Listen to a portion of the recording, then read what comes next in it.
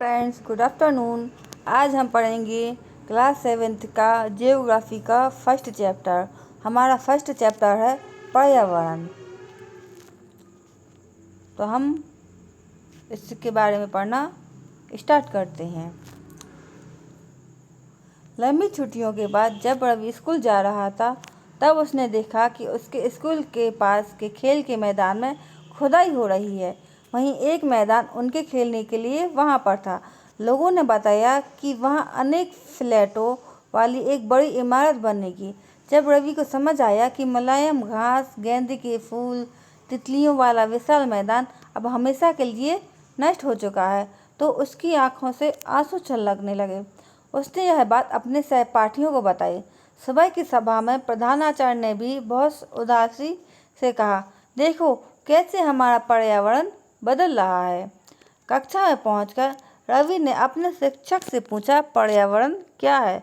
जो कुछ भी आप अपने आसपास देखते हो, शिक्षक ने बताया। रवि कहने लगा, इसका अर्थ है स्कूल, भवन, मेज, कक्षा में रखी कुर्सियाँ, यहाँ तक कि खुला मैदान, सड़क, कूड़ा करकट, मेरे दोस्त, ये सभी पर्यावरण के अंग हैं। हाँ, शिक्षक ने कहा, लेकिन जरा रुको, कुछ वस्तुओं का निर्माण प्रकृति ने किया है, जैसे पर्वत, नदियाँ, पेड़, प्राणी, जबकि अन्य का निर्माण मानव ने किया है, जैसे सड़क, कार, कपड़े, किताब। पर्यावरण हमारे जीवन का मूल आधार है। यह हमें सांस लेने के लिए पानी, पीने के लिए जल, सांस लेने के लिए हवा, खाने के लिए भोजन, रहने के लिए भूमि प्रदान करता है। मानव इस प्राकृतिक पर्यावरण में कैसे परिवर्तन करता है?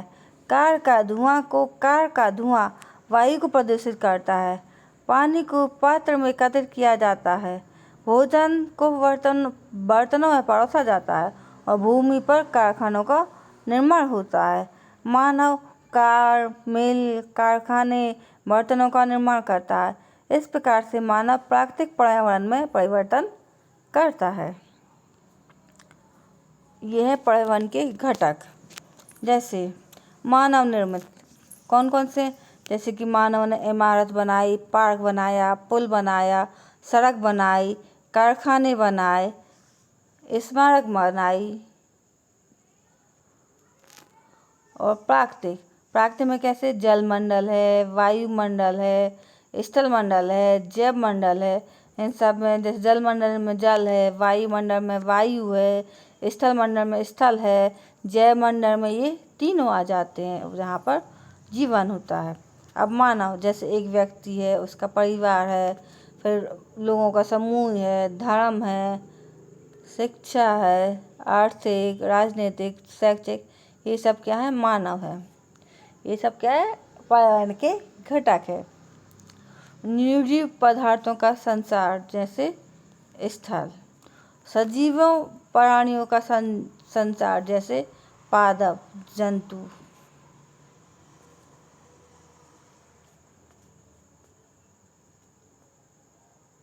इस प्रकार हम प्राकृतिक वातावरण में परिवर्तन करते हैं और कभी कभी हम उसे नष्ट भी कर देते हैं। अब हमने ऊपर से हम समझ गए हैं कि किसी भी जीवित प्राणी के चारों ओर पाए जाने वाले लोग, स्थान, वस्तुएं, प्रकृति को पर्यावरण कहते हैं। यह प्राकृतिक एवं मानव परिघटनाओं का मिश्रण है। प्राकृतिक पर्यावरण में पृथ्वी पर पाई जाने वाली जीवी और अजीवी दोनों परिस्थितियाँ सम्मिलित हैं, जबकि मानवीय पर्यावरण में मानव की परस्पर क्रियाएं, उनकी गतिविधियां एवं उनके द्वारा बनाई गई रचनाएं सम्मिलित है। अब आया प्राकृतिक पर्यावरण। अब प्राकृतिक पर्यावरण क्या होता है? भूमि, जल, वायु, पेड़ पौधे, जीव जंतु, ये सब मिलकर क्या बनाते हैं? इन सब से क्या होता है? मिलकर क्या बनता है? प्राकृतिक पर्यावरण।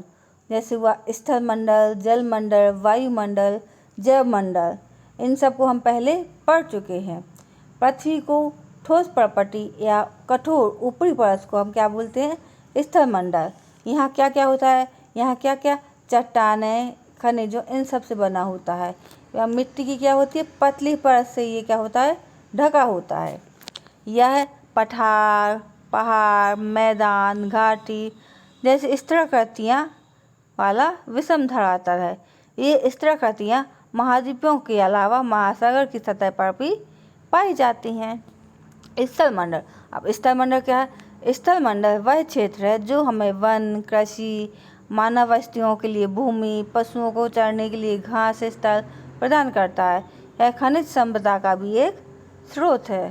जैसे ये है वायुमंडल है, जलमंडल है, स्थलमंडल है, और जहाँ ये तीनों मिल जाते हैं वहाँ क्या बन जाता है?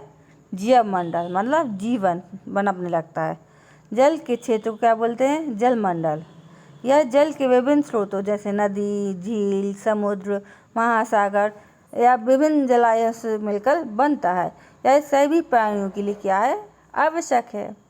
पृथ्वी के चारों ओर फैली वायु की पतली परत को क्या बोलते हैं? वायुमंडल। पृथ्वी का गुरुत्वाकर्षण बल अपने चारों ओर के वायुमंडल को क्या रखता है? थाम के रखता है। यह सूर्य के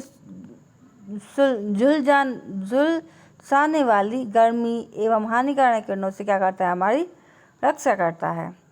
इसमें कई प्रकार की गैसें, धूल के कण, जलवाष्प ये सब उपस्थित होते हैं। वायुमंडल में परिवर्तन होने से मौसम एवं जलवायु में क्या होता है? परिवर्तन होता है।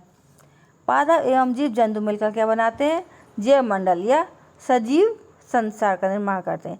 यह पृथ्वी का संकीर्ण क्षेत्र जहाँ स्थल, जल, वायु मिलकर जीवन को संभव बनाते हैं। अब जैसे कि पर्यावरण। पर्यावरण यानी एनवायरनमेंट शब्द की उत्पत्ति किससे हुई है? फ्रेंच शब्द के एनवायरोनेर या एनवायरोनेर से हुई है, जिसका अर्थ क्या है? पड़ोस। अब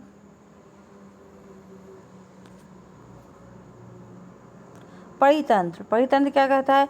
वह तंत्र जिसमें समस्त जीवधारी आपस में एक दूसरे के साथ तथा पर्यावरण के उन भौतिक रासायनिक कारकों के साथ परस्पर क्रिया करते हैं जिसमें वे निवास करते हैं। ये सब क्या कहलाते हैं? ये सब ऊर्जा और पदार्थ के स्थानांतरण द्वारा संबंध है। अब अपना आता परितंत्र। परितंत्र क्या होता है? इसको हम एक कहानी के माध्यम से पढ़ने की कोशिश करते हैं।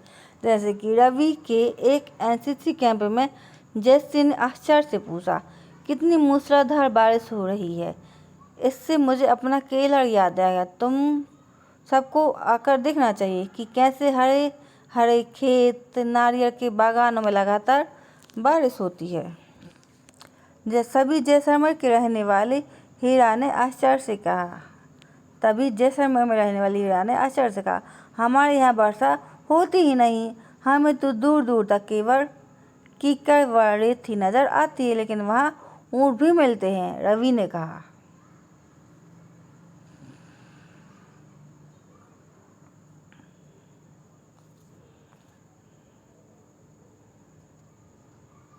अब हीरा ने कहा, ऊँट तो मिलेंगे ही। जब तुम हमारे रेगिस्तान आओगे तो तुम्हें सांप, छिपकली, अनेक कीट भी देखने को मिलेंगे।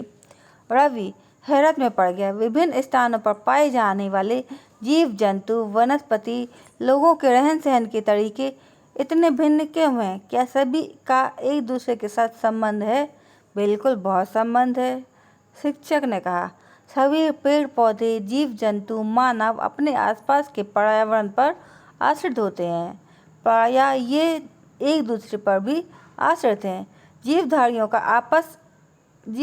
का आपसी एवं अपने आसपास के पर्यावरण के बीच का संबंध ही परितंत्र का निर्माण करता है। अधिक वर्षा वाले वन, घास स्थल, रेगिस्तान, पर्वत, झील, नदी, महासागर एवं छोटे छोटे से ताल का भी एक परितंत्र हो सकता है। क्या आपको लगता है कि जिस पार्क में रवि एवं उसके मित्र खेलते थे वह भी एक परितंत्र बनाता है? बिल्कुल बनाता है। अब मानवीय पर्यावरण। अब मानवीय पर्यावरण क्या है? मानव अपने पर्यावरण के साथ पारस्परिक क्या करता है? क्रिया करता है और उसमें अपनी आवश्यकता के अनुसार परिवर्तन करता है। प्रारंभिक मानव ने स्वयं को प्रकृति के अनुरूप बना लिया था। उनका जीवन सरल था एवं आसपास की प्रकृति से उनकी आवश्यकताएं क्या होती थी? पूरी हो जाती थी। समय के साथ कई प्रकार की आवश्यकताएं बढ़ी। मानव ने पर्यावरण के उपयोग और उसमें परिवर्तन करने के कई तरीके सीखे। उसने फसल उगाना, पशु पालना, स्थायी जीवन जीना सीख लिया, पहिए का आविष्कार किया, आवश्यकता से अधिक अन्न उपजाया, वस्तु विनिमय पद्धति का विकास हुआ, व्यापार आरंभ हुआ, वाणिज्य का विकास हुआ, औद्योगिक क्रांति से कई बड़े पैमाने पर उत्पादन प्रारंभ हो गया। अब परिवहन तेज गति से प्रारंभ हुआ, सूचना क्रांति से पूरे विश्व में संचार सहज और द्रुत हो गया। क्या हम जानते हैं कि हम गर्मी में रसीला तरबूज एवं सर्दी में भुनी हुई मूंगफली खाना क्यों पसंद करते हैं? प्राकृतिक एवं मानवीय पर्यावरण के बीच सही संतुलन होना आवश्यक है। मानव को पर्यावरण के साथ समरसता से रहने एवं उसका उपयोग करना सीखना चाहिए। हर साल प्रत्येक वर्ष को 5 जून को क्या मनाया जाता है? विश्व पर्यावरण दिवस। वस्तु विनिमय पद्धति क्या होती है? वस्तुओं का अदला बदली करना का व्यापार, जिसमें धन का प्रयोग नहीं किया जाता। आज के लिए इतना ही। Okay bye, take care. आप हमारे चैनल को लाइक सब्सक्राइब करना ना भूलें।